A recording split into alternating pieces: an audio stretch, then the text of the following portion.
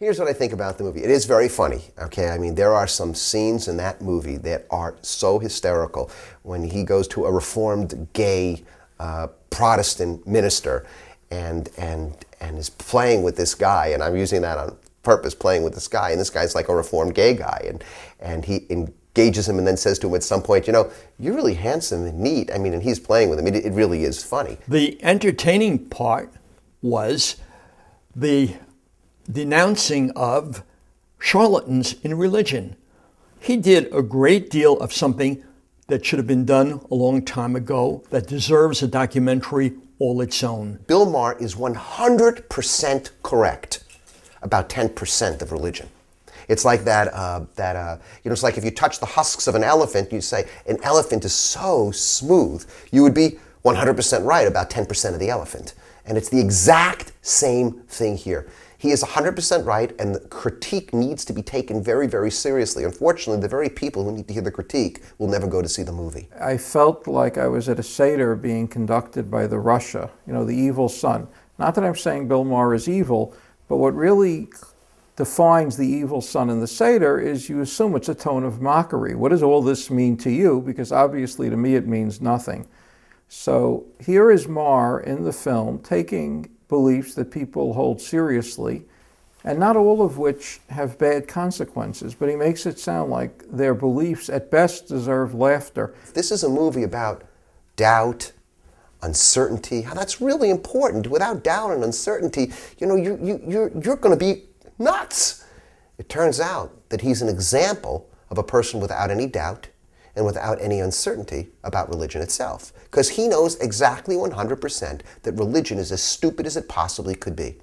So he's not a model for anything in the movie. He said, and you know what? I don't know. My philosophy is, I don't know. And then he went ahead, only bashing people of faith, coming on as if he was certain of the illegitimacy of these religions and of their concepts and of their principles. If you don't know, then be a little humble.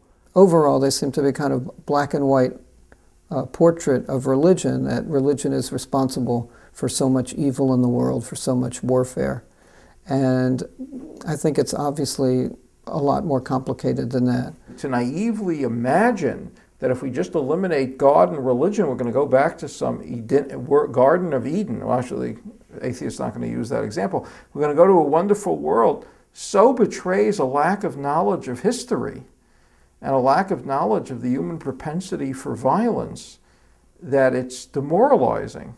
Bill Maher talks about whether you should believe in Jonah on the whale or Jack and the Beanstalk. Which story is a fable, or which is more accurate, or why do you believe in one and not the other?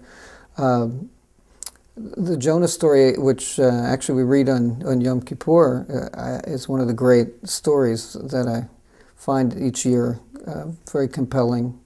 So I think it's less important about the issue of how literal or not literal we take that story and other stories in the Bible to be, but really, what it means to us. Well, rituals, by definition, can always be made to look silly because they're metaphors. In the same way one can make poems look foolish. A poem has a line, my love is like this and this, and then you give some image and somebody can always laugh at it, and it's like a schoolboy's laughter. It's not the laughter ultimately of a mature person.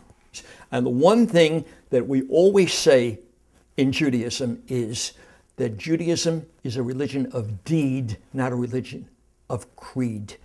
And that means I don't care how you interpret a story. You want to take it literally?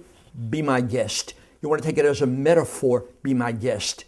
I want to know, bottom line, what do you get out of this story?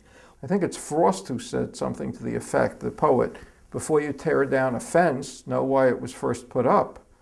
If he's so confident about getting rid of the idea of God, he should check out societies that have no idea of God and make sure that there's something so special.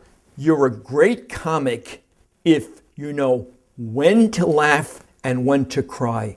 And if you can only mock then that's what King David had in mind in the Psalms when he said, please God, keep me from sitting in the council of scoffers, of those who only make fun of anything and everything.